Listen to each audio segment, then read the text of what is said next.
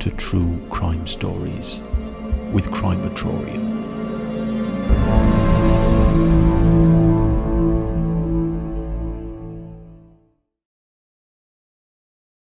Like a lot of people her age, 16-year-old Alexis Rasmussen turned to babysitting to earn money for clothes and hanging out with friends.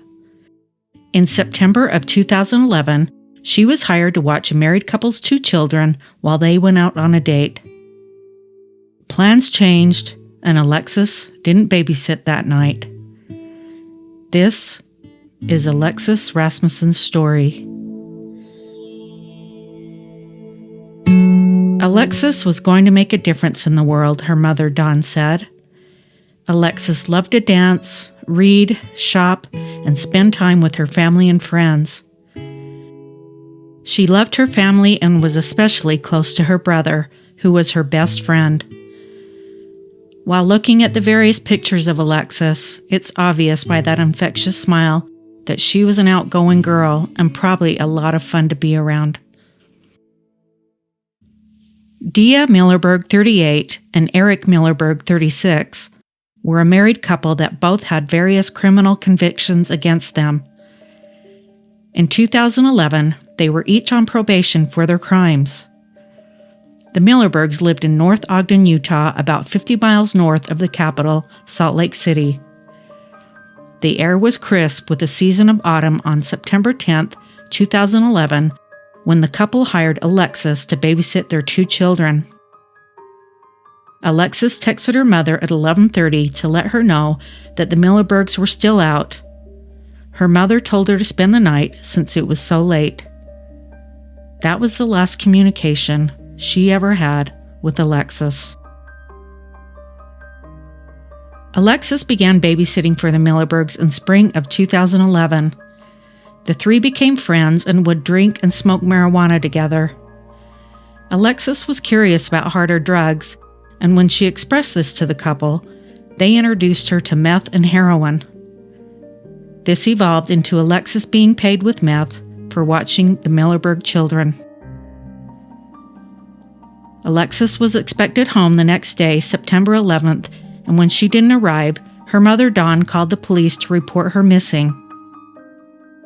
While this investigation was ongoing, Eric had been sentenced for a parole violation for 0 to 5 years and was sent to prison. When police questioned Alexis's friends, they were uncooperative.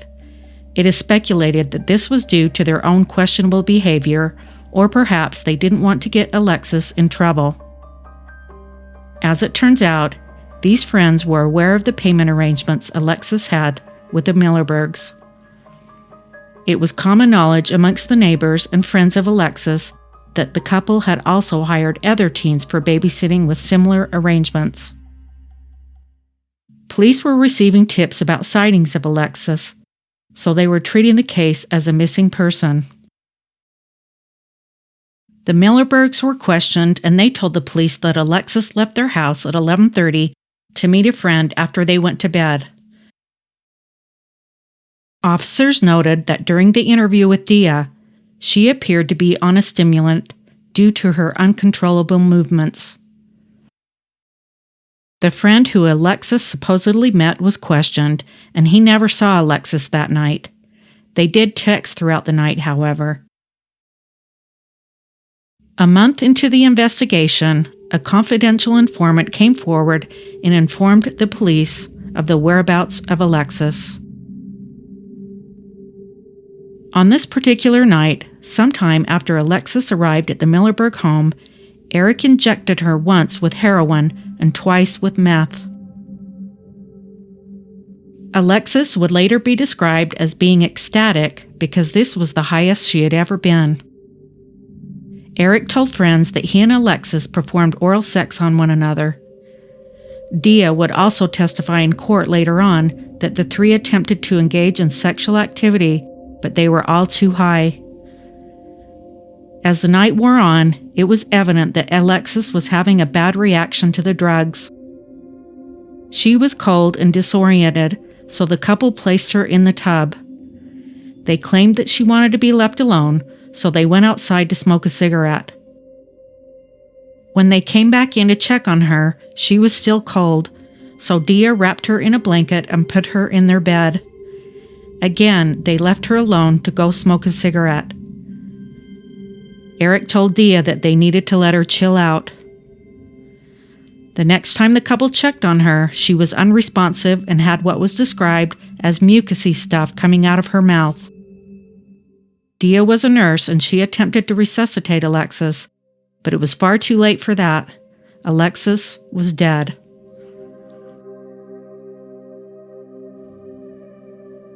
Fear gripped the couple as they were both on parole for various crimes, and Eric is said to have belonged to a white supremacist group. They didn't want to go back to prison and didn't want to risk losing their children.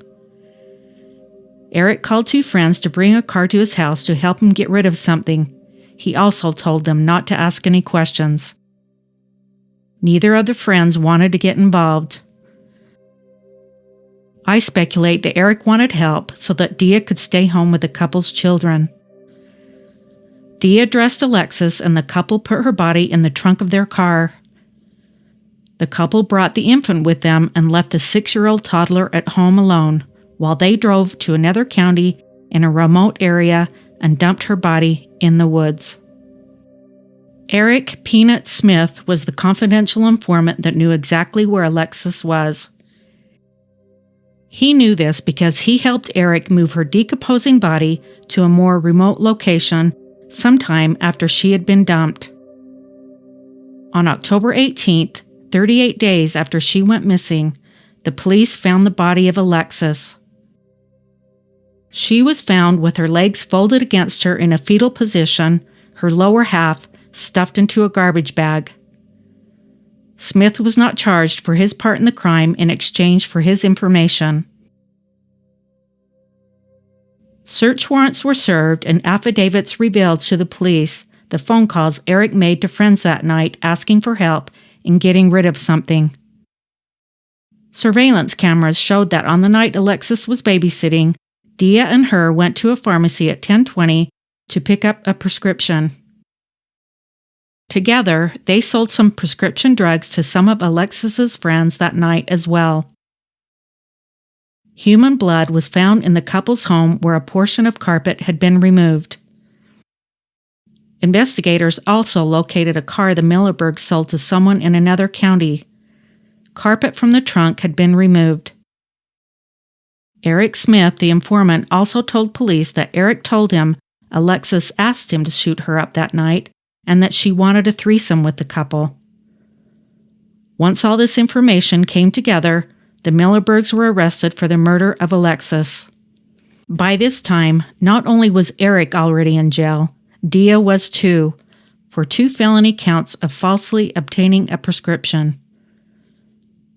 Eric was charged with child abuse homicide, a first-degree felony, obstruction of justice, a second-degree felony, and unlawful sexual activity with a minor, and abuse and desecration of a human body, both third-degree felonies.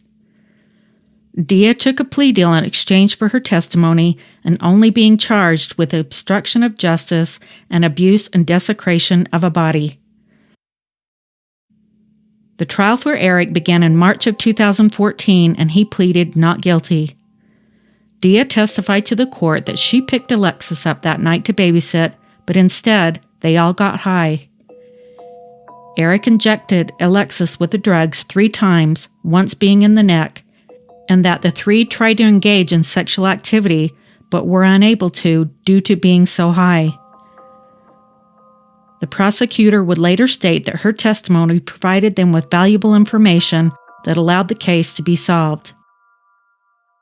The medical examiner, Dr. Joseph White, testified that Alexis had 7 times the lethal amount of meth and high levels of heroin in her system. He stated that these were significant amounts, certainly enough to explain her death. Other possibilities couldn't be ruled out, such as strangulation, blunt force trauma, or stabbing, due to her body being so decomposed. Because of this, he listed the manner of death as undetermined. The defense didn't call any witnesses and Eric didn't testify. The testimony presented was difficult for Alexis's family and friends who filled the front row of the courtroom. They wept as witnesses testified, and when the Weber County prosecutor, D. Smith, showed a picture of Alexis smiling while holding her little sister, followed by the photo of her after she was discovered dumped in the woods. He closed by saying what Eric Millerberg did to Alexis was deplorable, supplying an underage girl with drugs on several occasions and even bragging about it to his cellmates. He cited laws that are put into place meant to protect young impressionable teens prone to experimenting and making mistakes when they aren't with their parents. Ordinary people don't inject little girls with heroin and methamphetamine, Smith said. You don't have sex with 16-year-olds when you're a month away from turning 36. You don't look for dates with juniors in high school. Defense attorney Randall Marshall stated in closing arguments that the case against Eric Millerberg is based on lies by Dia Millerberg meant to protect herself. Dia Millerberg told a great story, but it doesn't add up, he said. He said there's no evidence other than Dia Millerberg's account to prove Eric Millerberg injected Rasmussen with the drugs. How do we know Dia didn't shoot her up herself? Marshall said. He reminded jurors that the state medical examiner stopped short of declaring Alexis's cause of death was a drug overdose. Marshall also suggested to the jury that Dia Millerberg was responsible for the death and recruited her husband to help her dump the body.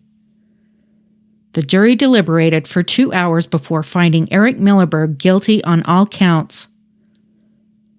At sentencing, which was held later that month, Millerberg's attorney argued that the man's sentences on each count should run concurrently to one another because all of the crimes occurred during one criminal episode, adding that Alexis's death was an accident. He also argued that Millerberg's wife should shoulder some of the blame for the girl's death. All the blame now rests on Mr. Millerberg for this death, Marshall said. That by itself hardly seems fair. He's essentially being saddled with all of the burden, all the responsibility for Lexi's death. Deputy Weber County Attorney Christopher Shaw told the judge that the death was no accident because Eric Millerberg intentionally injected the drugs into Alexis. He asked for consecutive prison sentences to be handed down. This young lady is gone, and it's a result of his conduct, Shaw said. Things don't get any worse than this, Judge. Intentionally injecting a young lady with dangerous drugs multiple times is beyond reckless, the prosecutor stated directly to Eric.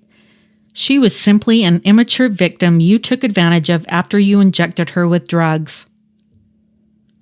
Before the sentence was given, Eric apologized, saying he was sorry for what happened to Alexis. I'm willing to shoulder the responsibility for the role I played and the things that I have done, he said. But there's no way the responsibility is all mine. Marshall later said outside of court that Eric Millerberg claims his wife injected the drugs into Alexis that night, not him. Alexis's mother addressed Millerberg directly and said, "My family will never be the same. Even if you're not going to accept responsibility, you can still be sorry for what has happened." She then addressed the judge saying, "The world is no longer the same now that Alexis isn't in it, and that she still cries over her death every day." She pleaded with Judge Hadley to sentence Eric to the maximum penalty, adding, "I don't think there is any hope that he will change. I would like to see him stay where he belongs so he can't hurt anyone else." Judge Scott Hadley sentenced Eric to spend 5 years to life in prison for child abuse homicide, a first-degree felony, and 1 to 15 years for obstructing justice, a second-degree felony. He was also sentenced to 2 terms of 0 to 5 years for the unlawful and statutory rape of a 16-year-old and desecration of a human body, both third-degree felonies. The sentences were ordered to run consecutively. Dia's trial was held in April of 2012 and she whispered guilty to charges of obtaining a prescription illegally, obstructing justice, and abuse and desecration of a human body. All 3 are third-degree felonies. She was sentenced in August to 0 to 5 years for all counts combined. The following clip is of her sentencing. The judge addresses the fact that she spent 3 years with her family and now has to go to prison. It seems as though Dia didn't think she was going to be sent to jail by the way she collapsed in tears at the sentence she was given. You may address the audience, yes, ma'am. I just want to say that I'm appalled and disgusted by what I've done. I'm part of your family in a way I can't fix. You're in my prayers, and I hope one day you'll be able to forgive me, and that God will bring me peace.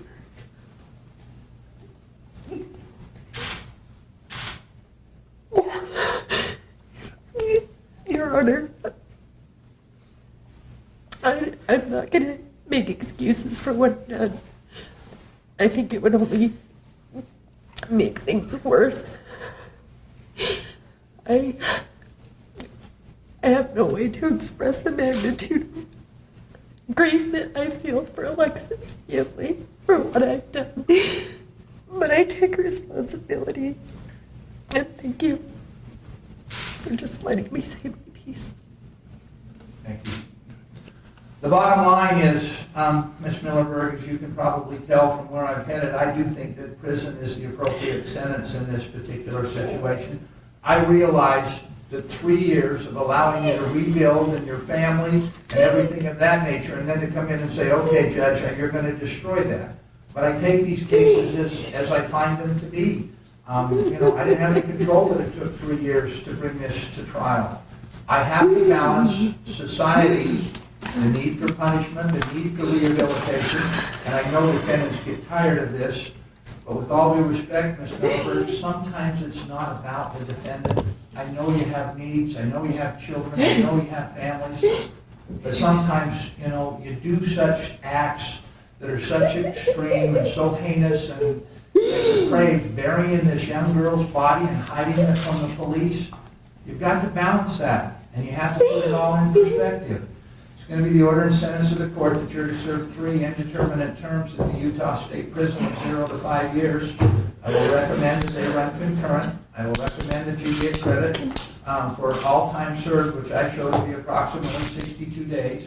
I do agree that there is restitution. I will recommend to the Board of Pardons that there be $12,078.75 in restitution that they should consider at any time that you are paroled. I'm going to leave it to the Board of Pardons as to whether or not it should be joint or several. I will say one other comment for the record. I would have run the drug charge 0 to 5. I would have run the other 2 charges consecutive.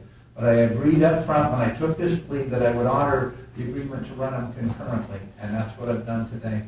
That will be all. Sometime in 2012, Eric changed a tattoo that was on his neck from saying Dia to saying death, which resulted in disciplinary action against him.